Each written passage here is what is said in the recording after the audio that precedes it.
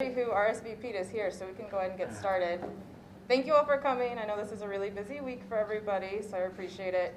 I'm Samantha Francka, and I'm the instructor for Marketing 480 Ad Team, these lovely students. And today we're going to present the work that they completed as part of a competition this year for Adventure Partners. I really like to win, but I'm going to consider this year a win regardless of how we place, just for the impact they made at Missouri State. I'm really, really proud of the work that they did, and I can't wait for them to share it with you. So I'm going to turn it over to them. Just going to do your thing. Only morons just continue separating everybody up into groups and subgroups. I thought we were done with segregation. What kind of indoctrination is this? So you're claiming right-wing extremism isn't a rising problem? Only if you watch the news. So state and federal crime stats are wrong too, huh? You can't talk sense to people with low IQs. They're woefully ignorant. Facts don't matter to them. That's why they work at Wendy's. Show me. We live in a world filled with misinformation. LOL. Trump supporters are not Christians. They are an ISIS group. Polarization. White privilege. Ha ha ha. Stop trying to make white people racist. Wait for the media to build a divide. MSNBC is racist. And hostile conversations. Stop getting so triggered over a project, Snowflake. Oh, just go away already. People can't see that racism. There is no exists in their systematic own. racism. We In have this talked climate, about when confronted with differing opinions, some choose to dismiss them, and some choose to argue. The majority of people are faced with fear how others will respond, so they just stay silent. We're Missouri State University Ad Team, and some of those comments were about us. I'm Jordan Galkowski. I'm Lauren Kerr. I'm Sarah Scharpenburg. I'm Jared McBride. And I'm Natalie Calvert. We wanted to start by thanking everyone for coming today and welcoming our special guests, our family, and our friends. We're looking forward to sharing our work with you today. This semester, we competed against 24 other universities across the country in the Event to Prevent Challenge hosted by Adventure Partners. The challenge to counter domestic terrorism was issued by the Department of Homeland Security's Office for Targeted Violence and Terrorism Prevention. DHS has presented us with 4 main objectives for this campaign. First is to motivate or empower our target audience to become involved in preventing targeted violence and terrorism. Next is to leverage social media and digital platforms to drive our engagement with our target audience. Next is propose a product, tool, or initiative with a strong call to action, inspiring our target audience to take action in preventing targeted violence and terrorism.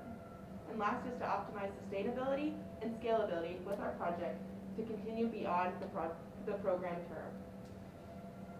In October 2020, DHS identified lone offenders and small groups of domestic violent extremists as the greatest threat to our homeland. Domestic terrorists include groups of violent extremists that are racially or ethnically motivated, groups that are anti-government, anti-authority, among some others. Of these groups, white supremacist extremists have been identified as the most persistent and lethal threat. This issue couldn't be more relevant nationally, and we felt that we can make an impact in our community by creating a campaign to counter radicalization to white supremacy. Early on, we realized how much words matter, so that's why it's important for us to define the terms you'll see throughout today's presentation. Radicalization is the process by which individuals take action to prepare for or engage in violence or material support of violence to advance their cause. White supremacy is the belief that white people constitute a superior race and therefore should dominate in society, typically at the detriment or exclusion of other racial and ethnic groups. We turned to research to see how prevalent these issues are in our own community. In doing so, we found 19 active hate groups in Missouri and countless incidents of targeted violence. We looked into organizations and resources that were already involved in efforts to counter white supremacy. We found lots of organizations that work to promote diversity and inclusion, social services, and mental health support. However, there weren't clear connections as to how these resources can work to prevent radicalization. We knew it would be a priority for our campaign to connect with these existing resources in an effort to echo and amplify their efforts. It was important for us to understand how one might become radicalized so we could effectively counter these ideologies. We identified factors that contribute to radicalization. Bias and othering are at the heart of extremist ideology. Bias refers to prejudice in favor of or against one thing, person, or group compared to another. Othering refers to the process of perceiving or portraying something or someone as fundamentally different or alien, in which one group is seen as us and the other is as them. Digital literacy is important for how we process and understand the information that we see in today's digital spaces. Our friends and our families might be sharing mis or disinformation without even knowing it. You might be wondering, what's the difference? They're both factually inaccurate. Misinformation is the spreading of false or inaccurate information regardless of the intent. So this is something that we see in our everyday lives, usually on social media, but it's not always shared with ill intent. Disinformation is the spreading of false or inaccurate information with the intent to deceive. It can also be used to create unrest. For example, think propaganda. Finally, bystanders don't know what to do when they are confronted with these issues. How do you address someone's bias in real life? What are the best methods for telling your uncle his Facebook posts aren't real? We knew we had to address all of these issues in order to create a campaign that actually impacted our community. But first, we had to decide who we were talking to. Our primary target audience is us, young adults in college who aren't necessarily currently involved in prevention efforts. We are interested in politics, activism, and broad social issues, but we are looking for tangible ways to engage in a cause beyond just posting a black square on our Instagram.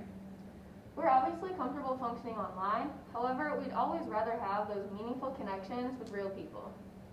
Our secondary target audience is you and others like you.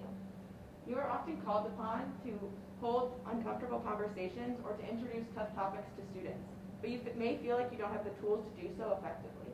Students look to you for guidance, and you might be the first to notice signs of radicalization if you know what to look for. After we learned what we were going to do and approach these topics, we had to learn how we were going to approach these topics. And let me tell you, throughout the semester, we did a ton of research. We identified characteristics of white supremacist extremists as well as risk factors that lead to radicalization. We found that the COVID-19 pandemic led to an increase in risk factors to violence, such as isolation, fear, and an increase in internet use. Disinformation campaigns related to the pandemic and presidential election motivated an increase in violent attacks against law enforcement and government symbols in 2020. We also noticed that attacks on minority communities continue to rise as well.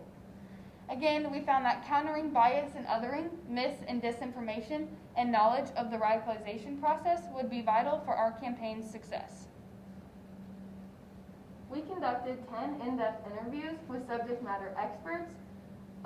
For our first interview, we interviewed Dr. Stephen Spates on the topic of bias and othering, and he explained to us implicit bias, othering, and bystander intervention methods. Deja Smith advised us on how to advocate for and amplify minority groups on campus. Dr. Kimberly Martin and Wes Pratt shared personal experiences, history of white supremacy in higher education, and efforts to promote diversity and inclusion here at Missouri State.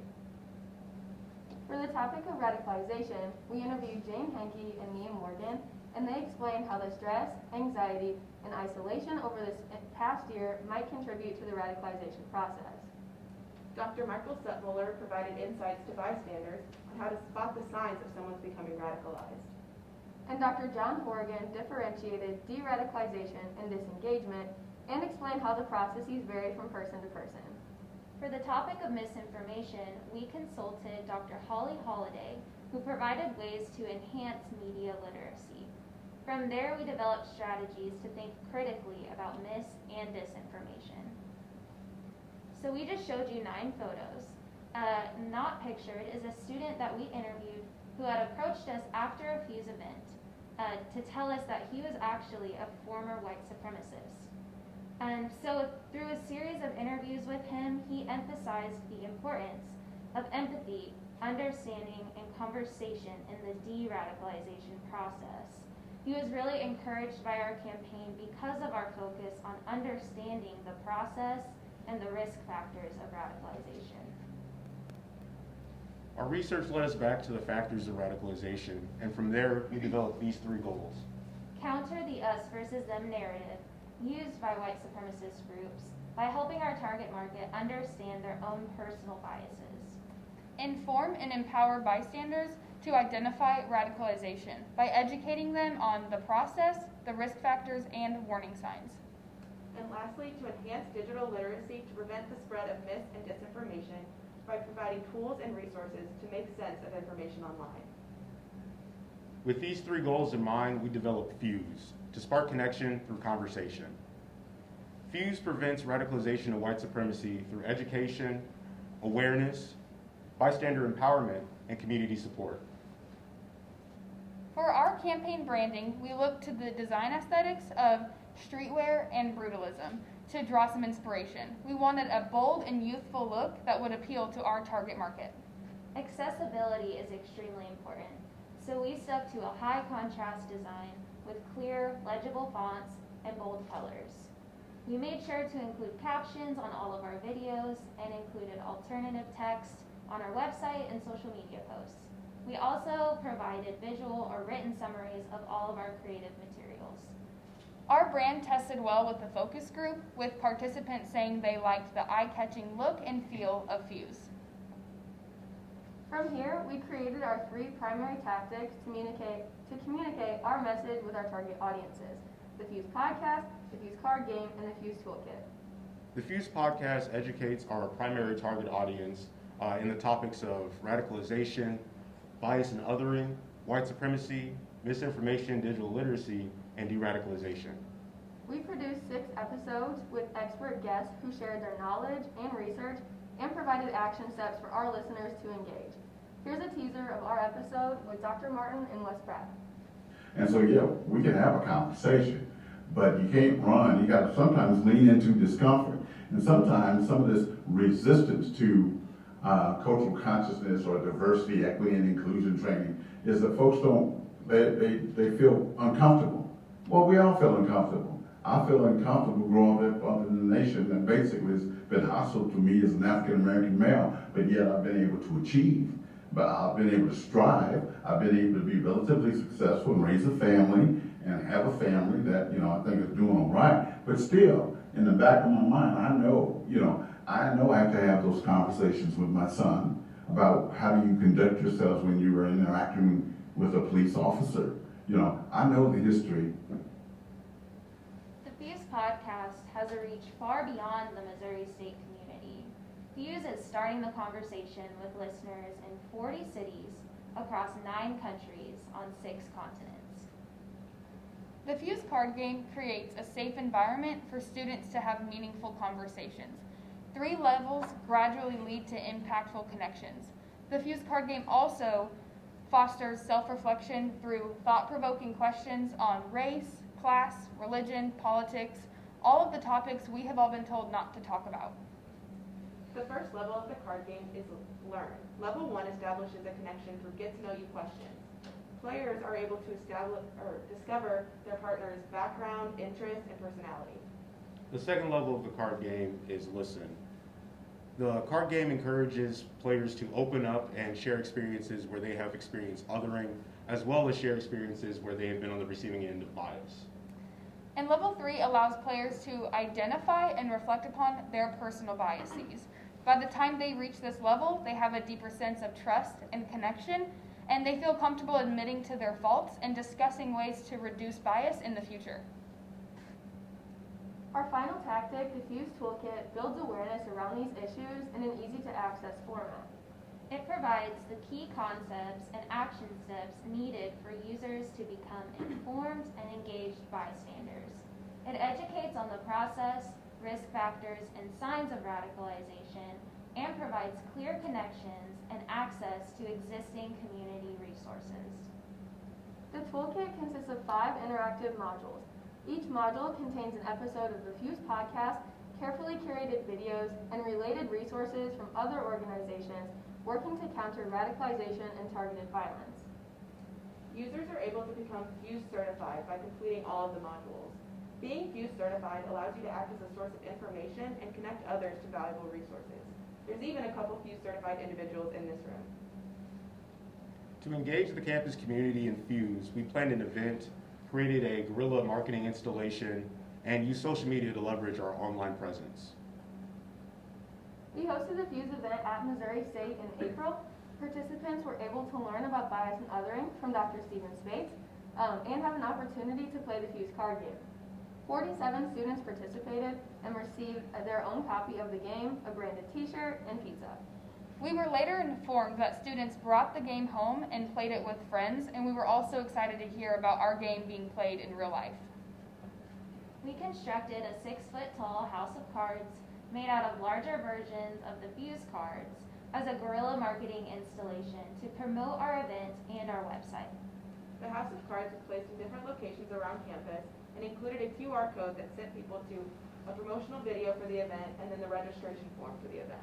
You may have seen the House of Cards installation right outside before you walked in. We would love if you all would take a picture with it and be sure to tag us at Fuse Conversations. The Fuse website introduces our visitors to our mission and directs them to our resources as well.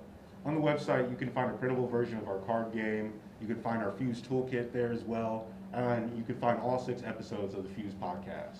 Over the course of the campaign, we had 529 unique visitors to our website with over 1,900 page views. We found that most of our target audience uses Instagram and TikTok, so that's what we use to engage this group. We posted daily on all platforms to drive followers to our podcast and create buzz about the Fuse event. We created informative posts about topics covered on the podcast, as well as discussing risk factors that lead to radicalization. We used the hashtag #SparkConnection to encourage all of our followers to continue the conversation beyond social media. We reached over 64,000 accounts with both paid and organic posts and nearly 4,000 TikTok views with our podcast previews and informational videos. We've secured funding to produce additional decks of our card game for several university departments and student organizations. These groups have requested copies for diversity trainings and team building. Let us know if you're interested, and we'd be happy to provide decks for your departments. Fuse is already connected with 14 local community partners in our own community and beyond. The Department of Homeland Security really emphasized how important it was for us to connect with our local resources and organizations in order to amplify their efforts. We tracked, measured, and improved our work along the way based on user feedback and expert advice. By the end of the semester, we had accomplished our most important goals. When it came to countering the othering and bias, we found that 98% of players felt that the Fuse card game helped to facilitate meaningful conversations. And 100% of our participants felt that they were able to understand and recognize their own personal biases after the Fuse event. We built awareness for digital literacy and emphasized critical thinking for the information that we process online. We also saw a 17% increase in concern about the spread of misinformation, and we saw that 52 people reviewed our toolkit module on digital literacy. We informed and empowered bystanders to identify radicalization.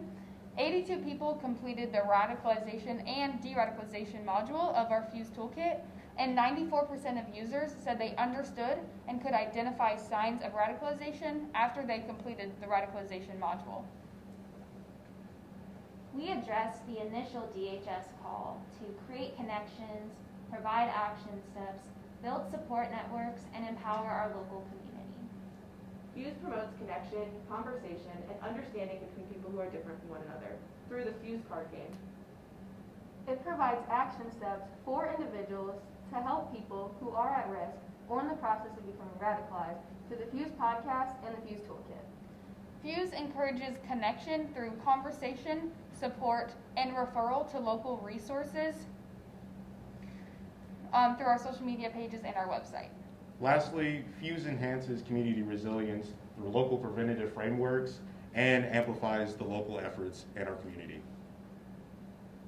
We would like to thank everyone here who helped us along the way. Whether you shared your research with us, were a guest on the podcast, or promoted our event and our game to your students, we could not have made the impact that we did without your help.